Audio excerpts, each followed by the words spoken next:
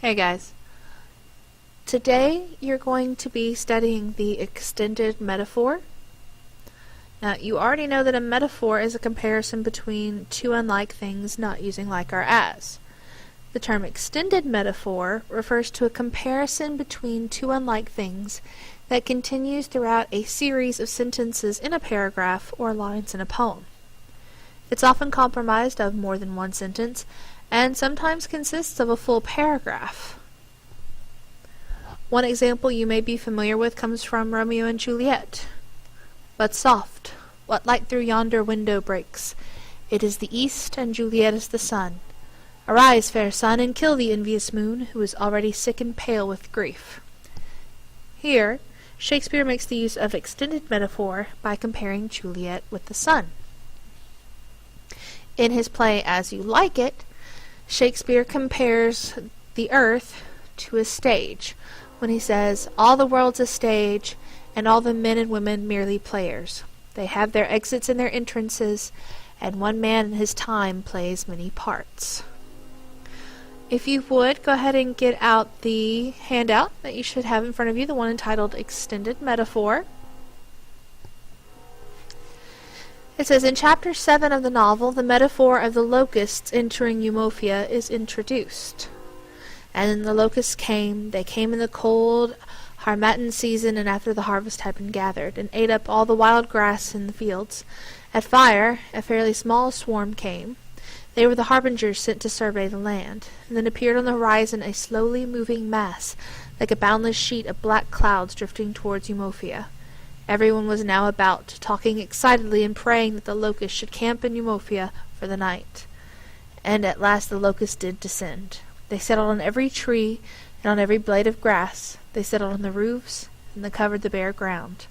Mighty tree branches broke under them, and the whole country became the brown earth color of the vast hungry swarm. This metaphor for the locust is then continued in Chapter 15, as Obierica brings news that one of the clans, Abame, has been completely wiped out. The cause? White men. He tells Okonkwo, the elders consulted their oracle, and it told them that the strange man would break their clan and spread destruction among them. It said that other white men were on their way. They were locusts, it said, and that first man was their harbinger sent to explore the terrain. Your task for this assignment is to examine the extended metaphor that Achebe creates in his work and analyze the choice of language he uses in describing the locusts to foreshadow the arrival of white colonists. Begin by analyzing the introduction of the locusts in Chapter 7, identifying and explaining how his word choice creates an image of the colonialists entering the Igbo land. Then, reread pages 137 to 139 in the novel to see how the description of the locusts parallels the arrival to the unknown white men in Eumolpia. Explain the connection that you can identify between the two to illustrate the meaning of the metaphor in the text. Again, if you'll turn to the back page, you've got a nice little T-chart here. For Chapter 7, you're going to choose 3 words or short phrases that foreshadow the coming of European colonialists. Explain how your selection connects with the entrance of the white men who will come to Eumolpia. Then, for Chapter 15, you'll explain the extended metaphor that Achebe creates. What parallels can you identify between the way the locusts enter the land and the way the white Europeans begin to appear in Eumolpia? This is a great time to reuse some of those skills that you learned when you did a Diddles analysis, especially the diction and the imagery that Achebe uses in order to create this extended metaphor.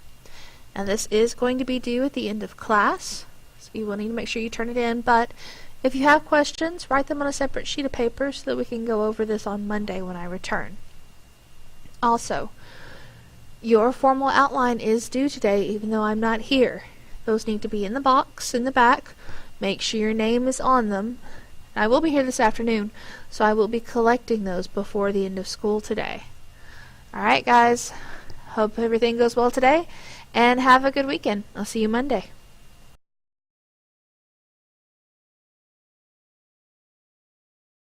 Free created using Powtoon.